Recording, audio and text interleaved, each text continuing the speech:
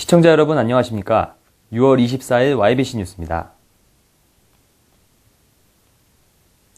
쉽게 식지 않는 메르스 공포로 침체된 지역 경제를 살리기 위해 공무원들이 앞장서고 있다고 합니다. 윤지연 기자가 보도합니다.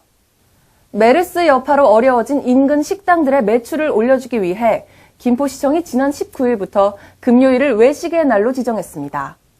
김포시청 직원만 해도 500여 명, 지역경제 살리기에 공무원들이 앞장선 겁니다. 경기도청도 오는 26일부터 금요일에 구내식당의 문을 닫고 주변 상권 회복에 힘을 보태기로 했습니다.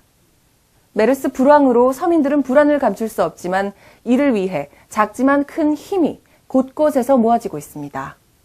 YBC 뉴스 윤지연입니다. 그동안 기업들이 공장 내 폐천부지를 매각하는 것을 지속적으로 건의해왔지만 매각이 쉽지 않았는데요. 경기도가 이런 어려움을 해소하기 위해 폐천부지 50곳의 매각을 추진하기로 했습니다. 보도에 윤지연 기자입니다. 차들로 가득 차 주차장처럼 보이는 이곳. 국가 공유 토지인 폐천이 주위를 둘러싸고 있어 토지 개발을 하지 못합니다.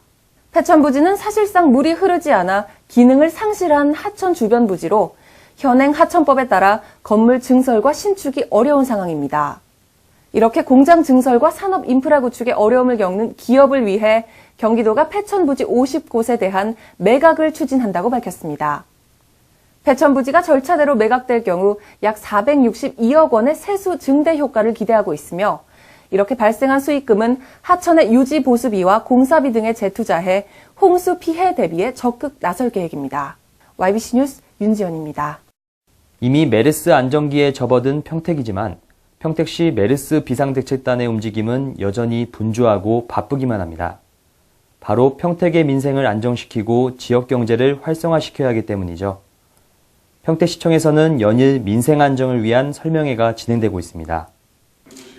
평택시는 지난 23일 평택시청 종합상황실에서 읍면동 통리장 협의회 회원 50여 명을 대상으로 메르스 관련 민생 안정 설명회를 가졌습니다.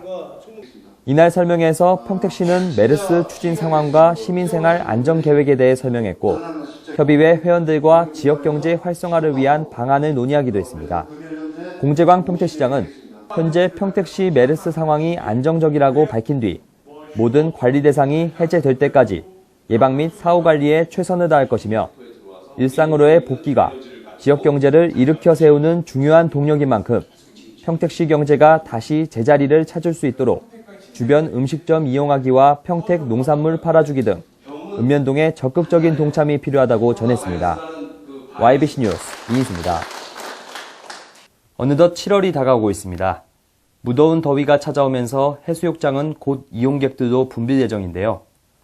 제주 서귀포해경은 해수욕장 안전사고를 사전에 예방하고자 현장 적응훈련에 들어갔다고 합니다.